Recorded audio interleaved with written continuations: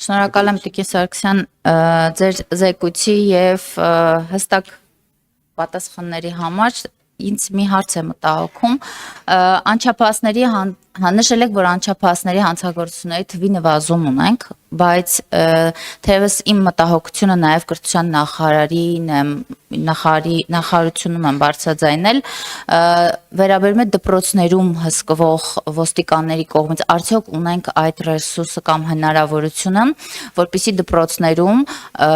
ունենանք հսկողություն, որովհետև հիմնականում դեպքերը մեծ մասամբ, այսինքն երբ աշակերտը մտնում է դասարան ունենալով օրինակ փոքր դանակ կամ կտրող ծակող գործիք, որևէ մեկը ապահովագրված չէ կամ չգիտի ինչ կարող է տեղի ունենալ այդ ժամանակ դպրոցում եւ այստեղ ուղղակի պատասխանատվությունը դնել նաեւ ուսուցչական կազմի կամ տնօրինության կողմից դա էլ է փոքր ռիսկային։ Եվ երկրորդ հարցս իհարկե վերաբերում է վերջերս սիրում ենք մենք մանիպուլյացիաների շատ հանդիպում ենք եւ փորձում ենք փաստարկներով հակադարձել, դուք թերևս ուզում եմ նաև ձեզանից լսել, վերջերս հնչել ձեր մի միտք, իբր վերջին տարիներին 10 անգամ ավելացել է ծանր հանցագործությունների թիվը, որտեղ գիտենք, որ վիճակագրական հաշվարկների փոփոխություններ տեղի ունեցել, մասնավորապես հանկարծամահությունների հետ կապված։ Կխնդրեմ նաև դուք ձեզանից լսել այս փաստը։ Շնորհակալ։ Շնորհակալություն Տիկին Մանավազյան կարևոր հարցադրումների համար, իրականում անչափահասների հանցավորության թվի նվազում այո կա, բայց կհիշեք, որ ես պարբերաբար նշում եմ, որ անչափահասների կողմից կատարված հանցագործությունները լատենտայնության բավական բարձր մակարդակ ունեն եւ սա այն պատկերը չէ, որը որ մենք ունենք, որովհետև տարբեր շփումները, տարբեր քննարկումները թույլ են տալիս նշելու, որ վիճակագրությունը դեռ իրական պատկերին մոտ պատկեր չէ, չնայած որ պիտի էլի շարժվենք փաստական տվյալներով եւ հենվենք միայն փաստերի վրա, բայց շարունակում ենք թե ծնողական համայնքի հետ աշխատանքները եւ թե նաեւ ուսուցչական անձնակազմի հետ աշխատանքները, այս պայծրությամբ կրթության, գիտության, մշակույթի, սպորտի նախարար Ժաննա Անդրեասյանի հետ քննարկել ենք նաեւ դպրոցների հագեցվածության հարցը, որպեսզի տեսահասկման համակարգեր, ստուգող այլ համակարգեր եւս դպրոցը ունենա, բայց շատ ճիշտ եք նշում, որ ոստիկանական ներկայացվածության առումով դեռ խնդիր ունենք, որովհետեւ նույն ոստիկանը ամեն օր հնարավորություն չի ունենում այցելելու դպրոց, որովհետեւ հատկապես համայնքային ոստիկանության ներկայացուցիչները բավական ծանրաբեռնված են տարբեր ֆունկցիոնալով, բայց մեր խնդիրն է այն, որ զտենք ավելորդ ֆունկցիոնալը համայնքային ոստիկանությունից եւ իրականում համայնքի հետ շփումը լինի իր ամենօրյա աշխատանքը, դա կլինի համայնքի այլ բնակավայր կամ կլինի դպրոց, դա պիտի լինի համայնքային ոստիկանության թիրախը եւ մենք շարունակելու ենք այնպես անել, որ դպրոցներում ոստիկանների հաճախելիության ավելի բարձր մակարդակ ունենանք եւ ձեր նույն նշած սառը զենքի նմանվող առարկաներ կամ սառը զենքեր եթե լինեն, հենց ոստիկանի օժանդակությամբ կարողանանք դրանք վերհանել, որովհետեւ մենք էլ են մտքին չենք, որ ամեն ինչը պետք է թողնել միայն դպրոցի տնօրինության պատասխանատվության ներքո եւ վերահսկողական մեր գործիքակազմերը չաշխատեցնենք, այստեղ դաշտ ունենք մեծ աշխատանքի, ես ընդ որում կարող եմ ասել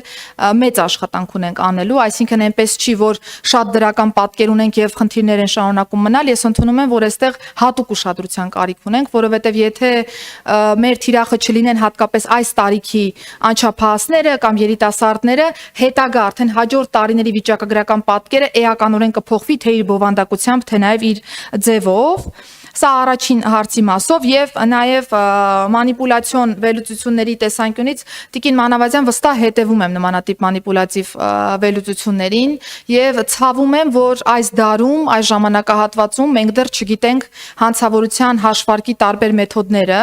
այնինչ եթե որևէ անձ չի տիրապետում դրան, դա ամոթ չէ եւ կարելի է իրավաբանական որևէ խորհրդատվության արդյունքում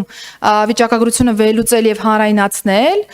ինչ վերաբերում է մեր պատկերին, ես հարգելի գործընկերներ, հարգելի Տիկին Մանավազյան, ուզում եմ շեշտել, որ Հայաստանի Հանրապետությունում ծանր եւ առանձնապես ծանր հանցագործությունները շարունակում են մնալ գրեթե նույն չափականակում, որովհետեւ մեզ մոտ միշտ միայն ոչ մեծ եւ միջին ծանրության հանցագործություններն են էական պատկեր կազմում հանցավորության մեջ։ Իսկ հանրության համար ավելի պարզ լեզվով ասած, դրանք ոչ վտանգավոր հանցանքներն են որպես կանոն, որոնք որ մեր ընդհանուր հանցավորության կառուցվածքում կան,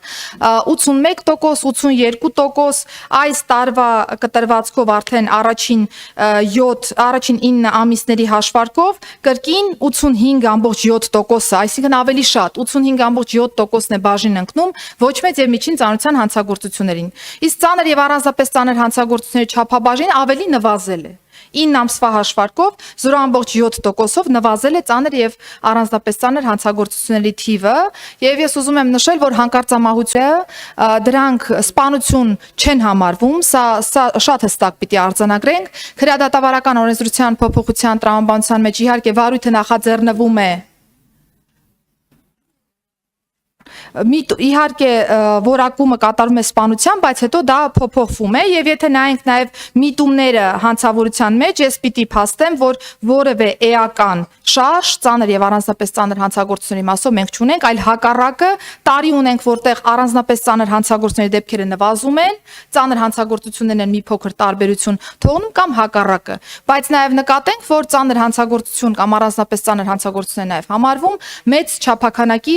թմրամիջոցների ապոնի շրջանառության դեպքերը եւ սրանք կտրված մեկնաբանել չենք կարող։ Եթե ես նշում եմ, որ մենք շուրջ 416 կիլոգրամ թմրամիջոց ենք դուրս բերել ապոնի շրջանառությունից, դա նշանակում է, որ այո, ծանր կամ առանձնապես ծանր հանցագործությունների բաղադրիչում որոշակի փոփոխություն կա, բայց մարդու դեմ ուղղված հանցագործությունների մասով որևէ էական բան չունենք, միտում էլ չունենք, որ դրանք աճելու են կամ էական փոփոխություններ ունենալու, այլ հակառակը միտում ունենք, որ դրանք գնալով տարբեր փոփոխությունների մեր միջամտությունների արդյունքում ավելի նվազելու են։